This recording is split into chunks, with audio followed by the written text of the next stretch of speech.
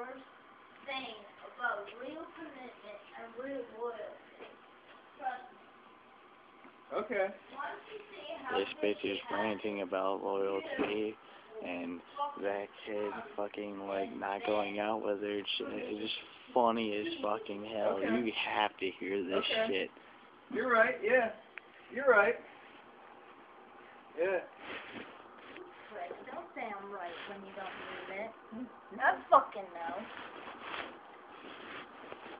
That's because I'm fucking drunk and I can't stand up straight. I mean, I don't fucking know. You know how good you would have it with me. You're just fucking scared. Yeah, you're right.